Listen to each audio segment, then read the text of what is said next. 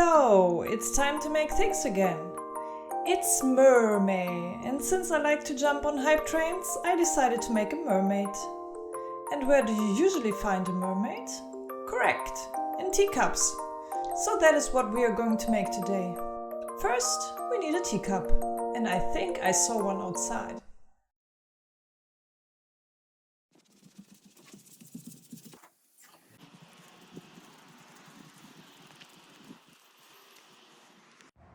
I think there was one right here.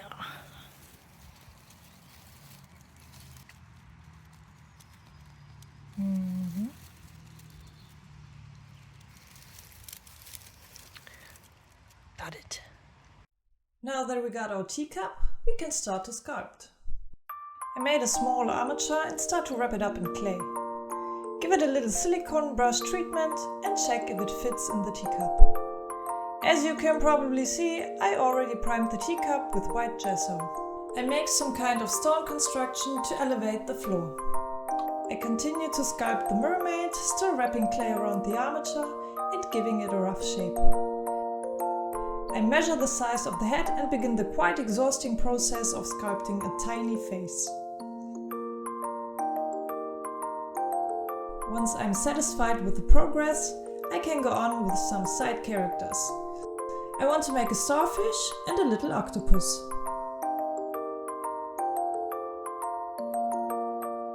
I make 8 tiny arms, curl them a bit and try my best to make it look cute. Back to the mermaid. She's still hanging around headless in my teacup. But before I attach the head, I want to finish the tail. For the tail, I want to try a different look. I roll out my pizza dough as thin as possible and cut out a leaf-like shape. Then I try to make folds to make it look like a curtain. And since one is not enough, I make 3 of them and attach them together. It's time to make the scales on the tail. I decided to make them one by one.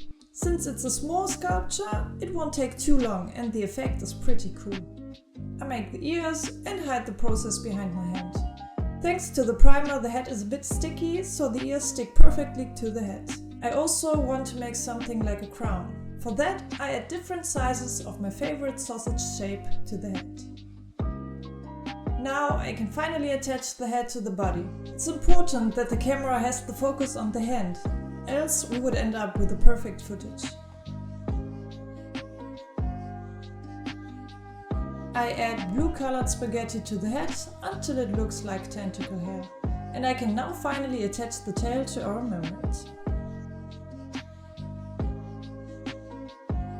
It's finally time to paint. I made some corals and shells to add to the ground later.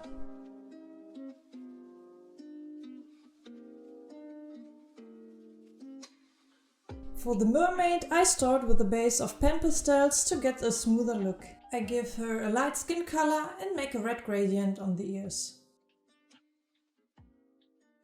I give her green eyes that will go well with the red crown. For the hair, I want to use a green color on the top and end up with a lighter version on the ends. And our happy little octopus friend gets a nice bright orange color, so he gets a chance to shine next to the mermaid. I add some dry ground to give it a more sandy look, and after it dries, I add actual sand mixed with wood glue on top of it.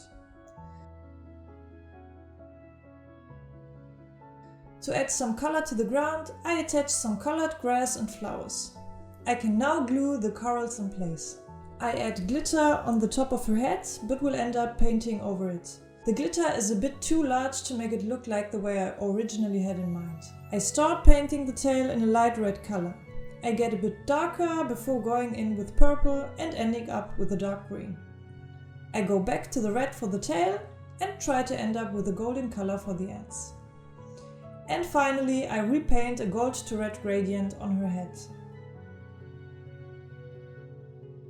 I dry brush some gold on the scales to make them shine more. Last step to do is to pour resin into the cup. And let's head straight to the beauty shots.